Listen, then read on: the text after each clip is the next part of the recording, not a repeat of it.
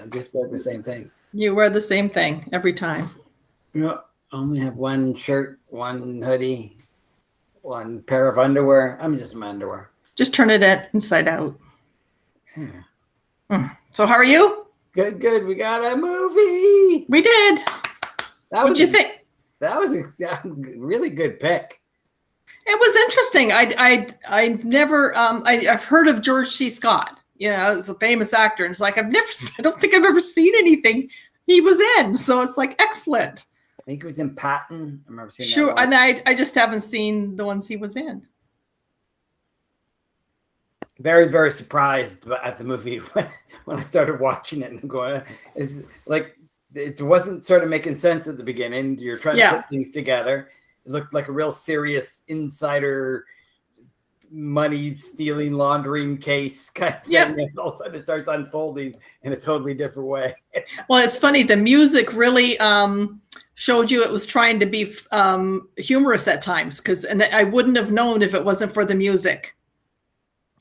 They did some of the chasey things, and it's like, oh, the music is telling us that it's lighthearted, like she loses her shoes and stuff like Keystone Cops as they pan out and see them running down the street and everyone following him like the Forrest Gump thing. So it's just kind of the music made a difference for me to know that they were trying to be funny at times. Funny, when you said the music, I'm going, I never noticed any music.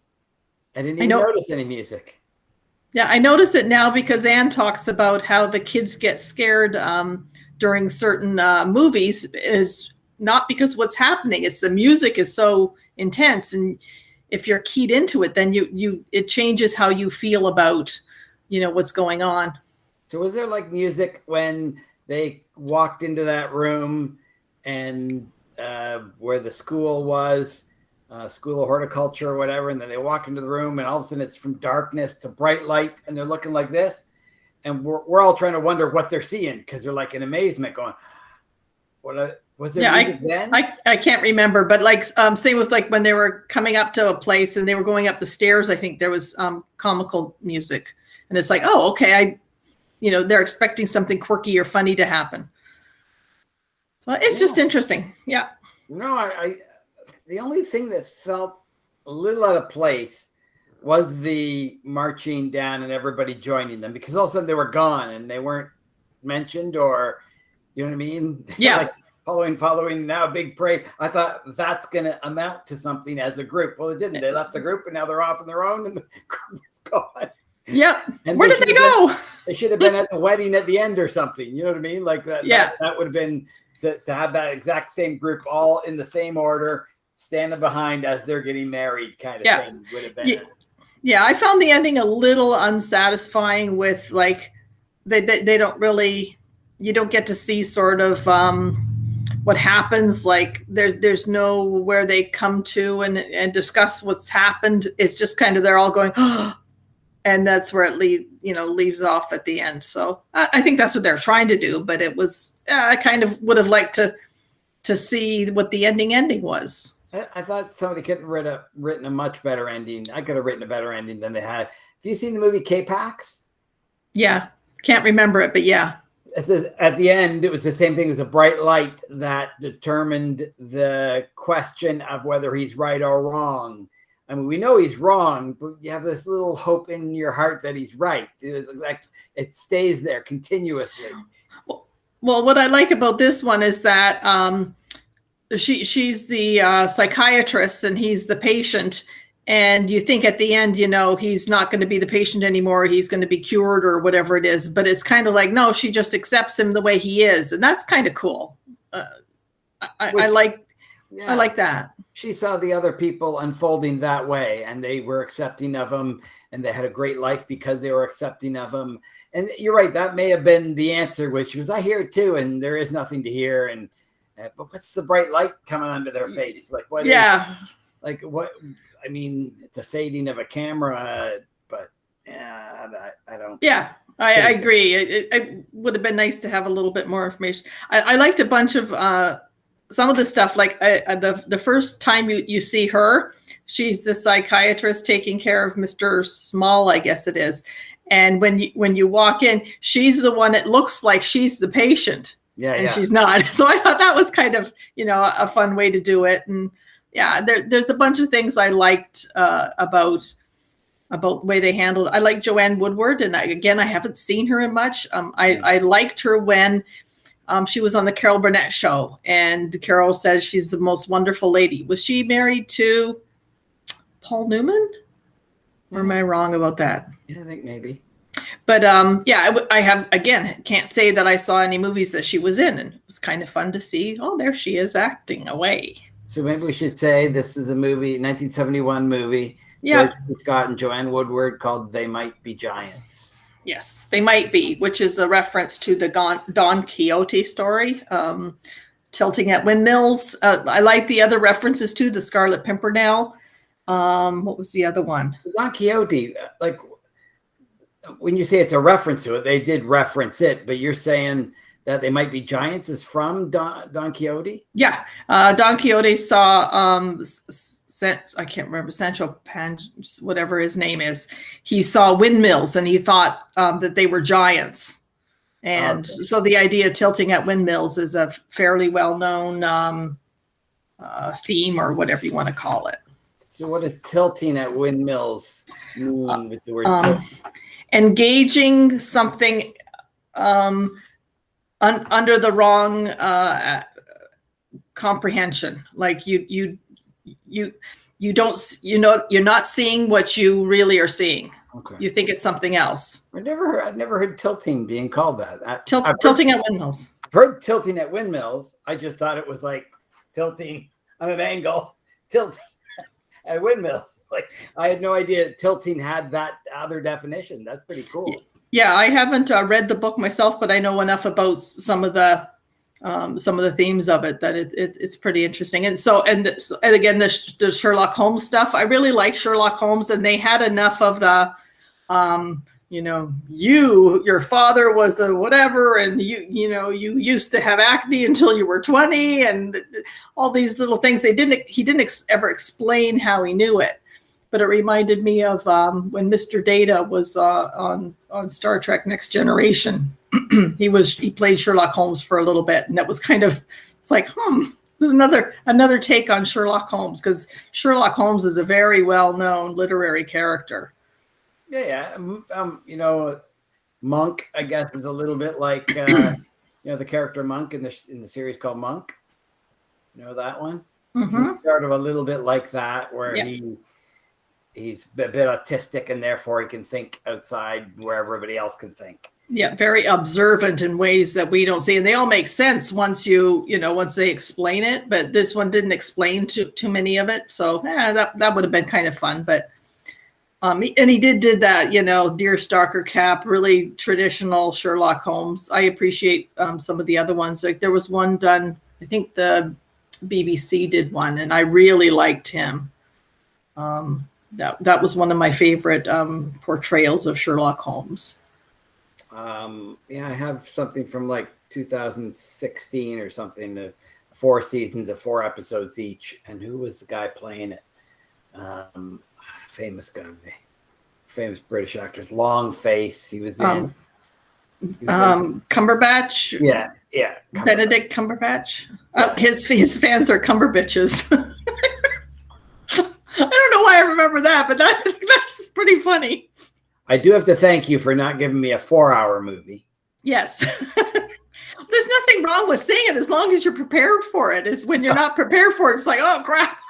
Well, that's the thing. I sat there and went, okay, how much time do I have to allot to this? After the last debacle, I had to really be careful. And so I look at it and go, oh, 1 hour, 27 minutes. That's pretty nice. That's good. Well, no, it was fun watching an epic. I'm glad to do it, right? But you just have to know ahead of time. What is some of the things? Yeah, I found that the clues he was following, that was a little. It's like I didn't see the connection of the clues, so it's like that would have, but it would have been fun to sort of see. It's actually there is a connection. He was making them all up every time. Oh, the bag. Let's look up bag in the phone book. Bag. Oh, bag. School. Bag. Yeah. That was. They could have done a much smarter job. Like you write a Columbo episode, and they can do a really smart job of weaving stuff in. This was just, I mean, maybe that was to show he was stupid and wrong and just making it all up, and he was crazy. Or I just think the movie K-Pax did so much of a better job of making you wonder if the guy's crazy or real, and you so desperately want him to be real, and then you hear little things that make you go, oh, it's not going to be real. Oh, wait, maybe he is. And they give it a little bit back and keep handing it back to you, and at the very end you go, oh, he's not real, but he could be. Like, maybe he could be. Yeah, and this one is like, we're all sure that he's not Sherlock Holmes, but she believes him now. Like, and there was a line, and I can't remember, it's kind of like, I like you better this way, because the person that left, that was a wounded, sad person. His wife had died, and he has a brother's trying to get his money. So yeah, go ahead, be Sherlock Holmes. You're not hurting anybody. You're more interesting. The brother money thing just fizzled out at the end. Yeah. They were probably waiting to do a 2.5-hour movie, and they had to cut everything out, and like, he's after him. You heard a shot when he was in the agriculture school. There was a shot rang out. He wasn't in the shot because he is leaving, or was that she that was leaving? No, he left first. He goes running out, said, I'll meet you at 7:00, and takes off, and there's a shot rings out. But you saw that the couple were still living. Did they shoot each other? Like, yeah, that wasn't solved. Yeah, they didn't tell us what happened with that shot. Yeah, there's a few little bits where it sort of dangles, and it's like, instead of making it, oh, that's so quirky and fun, you kind of go, huh? But in general, I mean, they took us on, it was a romp through New York City, and they did it when it was cold. You could see their breath all the time. So, they were filming this, and they were freezing there. I saw that, and she's wearing hardly anything and running around. Yeah. The bare feet, It was like, ay. They could have done something a little, and a lot of it was at night, Yeah.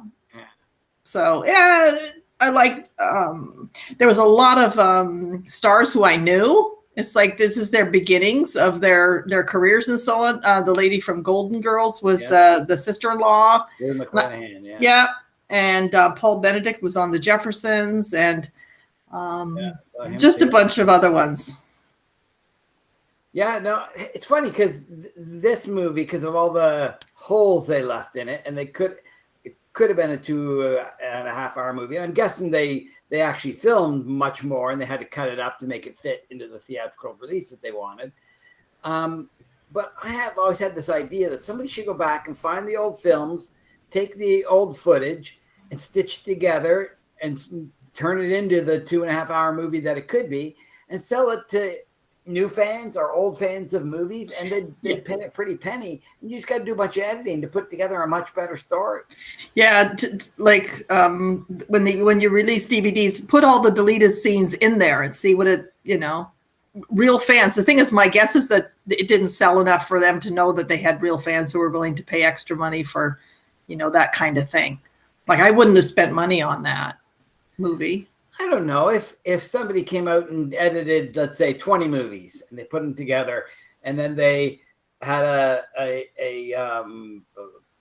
fanfare opening of, on Netflix, where they say, here's 20 movies that were each 1.5 hours long, that are now 2.5 hours. We told the true story. We put it together, and you make it into its own little genre of, you can watch the previous one and then watch the new one and see the fuller story of what happened. Not just outtakes, stuff that's left on the cutting room floor because they didn't have room, but it really would have helped the story and really would have told, or a different ending to that. I'm sure they filmed a different ending to it. I'm sure that wasn't the only one. They just thought at the end that'll wrap it up nice and quickly, and they put that together. I think there's a 9.5 Weeks, one of my favorite movies. It's like an 1:40 movie, and I read somewhere where Kim Basinger, but Basinger owns the rights to the 8 hours that they have of the real movie. Like it's an 8-hour movie that they scrunched down into that, and because it was a pretty overtly sexual movie and a lot of freaky things going on. and I guess she wanted to own it, and she either bought it or was promised it based on her doing the role, and now she owns it. Well, that in and of itself, you turn that into a 8-hour movie or 6-hour movie or something, that'd be a pretty freaking interesting movie.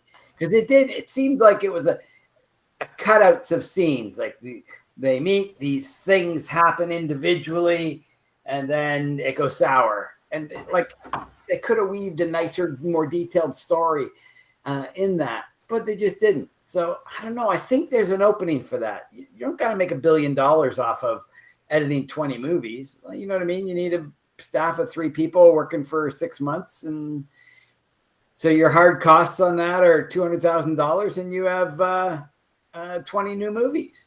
That's pretty freaking good for Netflix. They paid $3 million for a comedy special. Yeah, it could be. People like watching people who they appreciate. Like I like the guy from the Munsters, the grandpa from the Munsters, Al Lewis. He was in there. Yeah. It's like all these people. When you're a fan of somebody, you want to watch their earlier work, right? And then, so that's another thing to kind of sell. Well, that might have been his later work. That was 71, wasn't it? Yeah. I was just thinking mostly of F. Murray Abraham. He played the usher in the movie, and it was like, really? Now he's, big star and serious actor, and he was, the usher in the movie theater, just some schmuck. What did he play? The usher in the movie theater. I know, but what did he play lately? I don't know. All I know, he was a bad guy in Star Trek, Insurrection. But I think he's like Gandhi or that kind of roles. I'd have to. There's a movie about the what's that called when you do voiceovers? No, it doesn't. Voiceovers. Yeah, no, there's a movie about the guy who does voiceover in Another World. It's called, or something like that, because it's a very famous line they say to the beginning of a movie. In another world, pretty sure it's called In Another World. I thought it was him because he looked like him, but I guess not. In Another World. All right.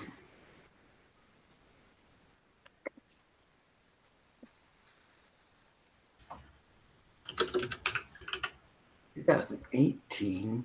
Oh, it's a video. Oh, Amadeus. He was in Amadeus, I think. No, I'm wrong. It's not In Another World. Okay. Lake Bell was in that movie. He was in the Grand Budapest Hotel, The Mighty Aphrodite, Amadeus. So he's been in a bunch of stuff. Oh, In a World. That's what it was, 2013. Now, the guy who was in it, who I thought was him then, Fred Melmond. Man, his picture looks almost exactly like the guy you had. Oh, my goodness. I should put them side by side. And then you'll realize why I... interesting. He was in the TV series Elementary, which is about Sherlock Holmes. There's a connection. He was on Blue Bloods, Law and Order. He's in a ton of stuff. I want to show you the picture of this guy so you realize why I confused them. There he is. So let's share. Let's do that. Present a window. This one. Share. So see F. Murray Abraham? Yep. And now see number 2, Fred. Oh, okay. Yep. Does that not look alike? Oh my goodness. That's accurate. Yeah. Yeah, if he would just put his head the same way, they would be, you could, Man. Yeah, their beards look almost identical. The glasses, the hair. Yeah. Yeah. They could be the same guy. Yeah. That's cool. So it must have... No, it wasn't him. When I saw him, I was wondering if he was that guy, but that was another thing. I was wondering if somebody was somebody else that I knew. Because when you're watching those movies, you're always doing that, trying to figure out where they fit. Yeah. Well, who else? Let's see. What else did I write down? I mean, overall, I thought it was quite a good movie. I not as good as K-Pax. K-Pax didn't have the same kind of holes in it that this movie did. But it was very endearing, wanting him to be Sherlock Holmes and knowing that he's going crazy, but that's his solution. And now they mentioned something at the beginning about his wife dying, right? And then ever since her dying, that's when he sort of took this on. And he kept saying, I don't have any memory of before. I don't have any memory of before. So why wouldn't she start trying to ply that in with Well, if he wasn't dragging her all over the city, she probably would have gotten to it eventually. But she just, at the end, she found it easier just to let him be who he thinks he is, and she loves him anyways. I mean, that's where K-Pax sort of shines. They actually go into the questioning and make you think, and they don't leave that whole sort of unplugged. They plug it nicely in K-Pax. Yeah, no, and the end wasn't grand, but it was an interesting one to watch. I'm glad we watched it. I don't know that I'll watch it again. Although I watched it yesterday, in the evening, because I didn't know for how much time I'd have this afternoon. So I watched it, and it was like, oh, okay, it was okay. And then I got home early enough that I started watching it again, and it's like it was better the second time around. Yeah, so that was interesting because sometimes it's like, oh. But it's like, oh no, I'm catching things, and it was better the second time around. I thought the movie theater was quite pedantic, although I don't know what pedantic means, but if it means anything, then it means this. Wasteful, unnecessary.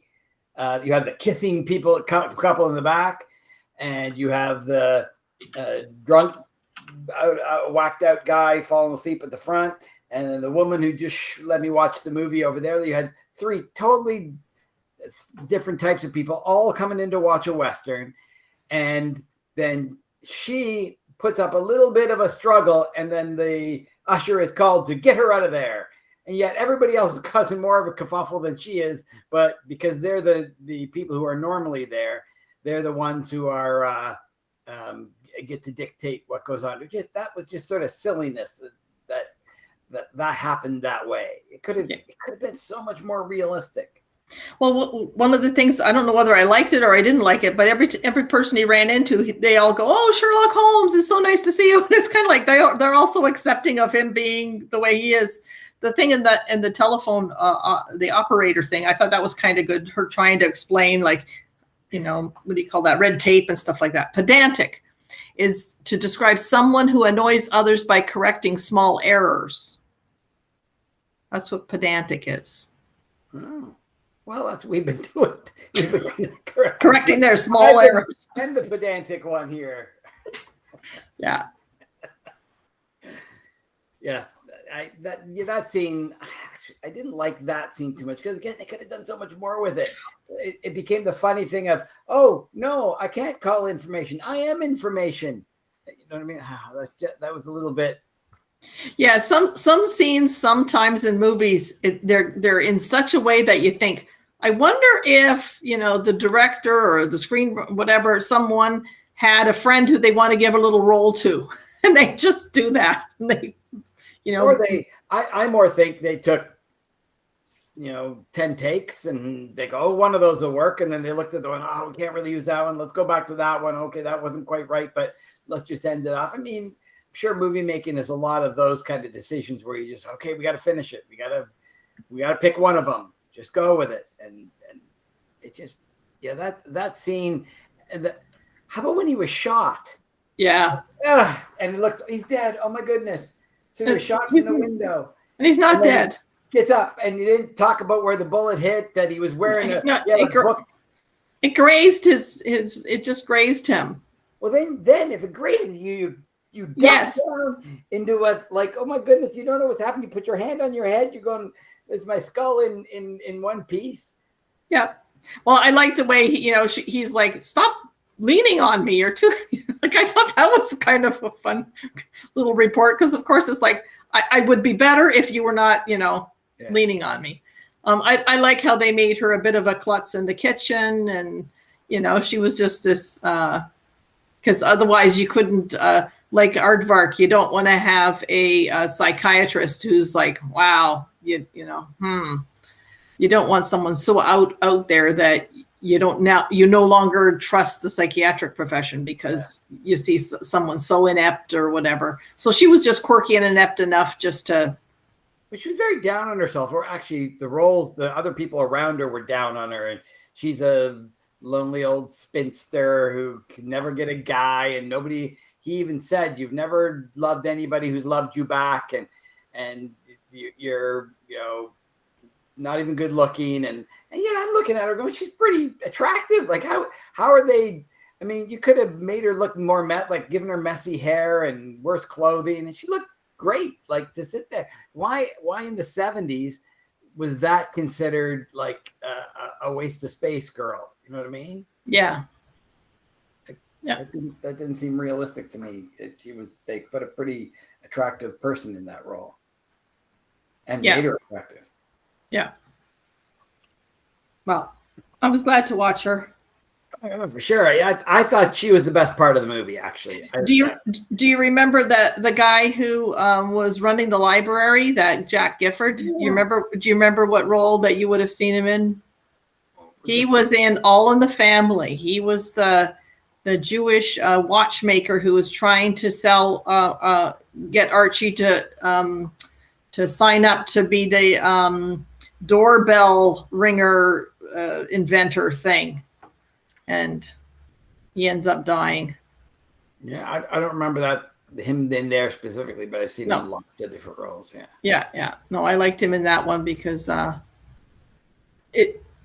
Archie Bunker character, he didn't have quite the scheming and dreamer to get more money, and he had a little bit of that. He ended up buying a bar and all that stuff, but he didn't. You got to see a couple times where he thought he could make a good buck, either con the insurance company or whatever it is, and he always ends up on the bad end of that. Any decision he makes to try and better his financial situation never works out in his favor. Yeah, he did. Yeah, he played that kind of character. Where is he? We just watched, Martin's watching In the Heat of the Night. He really likes, that's Carol O'Connor in his second big role. So, and he won a lot of awards for that one too, which is amazing because he was so much Archie Bunker in all of our heads. Yeah, but no, he grew out of that. And you can't completely erase him, but he took a different character, and he was really good at being the chief of police.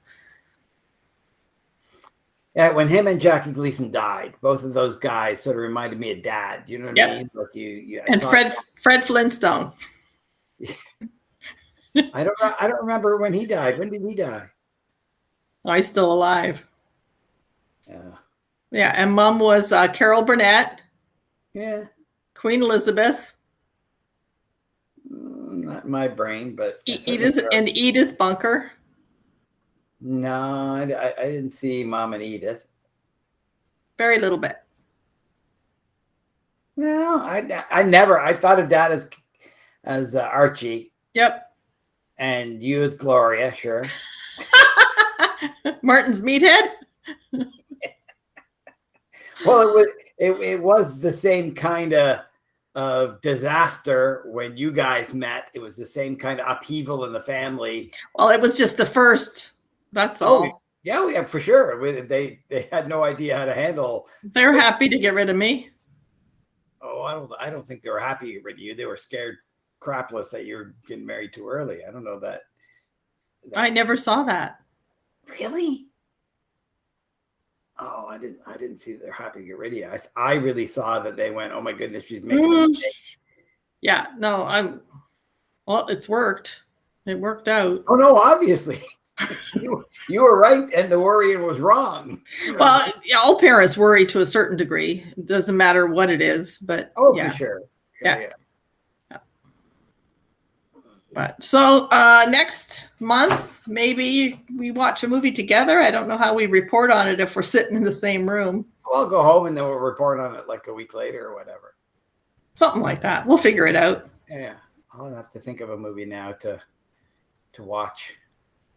Well, no, I'll probably do is come to your place and we'll just sit there and go through stuff and then pick one that as we're sort of going through the list that we both deem as interesting. That might be a good idea. Okay. I like perusing the movies. Don't you like just perusing them and going, wonder what that one's about? Makes no sense to me at all. And then you watch and you go, what a great movie or what a crap movie. I love that. Yeah, we just recently watched The Green Book. Excellent movie. It's on Netflix. Just a really good movie. It's a Driving Miss Daisy sort. An Italian bouncer from the Bronx has to drive around a Black classical pianist for a music tour. I didn't even catch the first part of it, and I really enjoyed it. I'll have to go back and watch the first part. Have you seen the movie Sling Blade? Yeah, but that was that was our first movie. You've seen the movie Sling Blade? Have you seen the movie Sling Blade? No, Jeff. Maybe we should watch it. I'll just say New Year's resolution, the first time, and then I'll just add the month and I'll say I'm pretty sure I've seen this movie before. What was that Leonardo DiCaprio movie? New Amsterdam, the Gangs of New York that we saw in Russian. Started in Russian.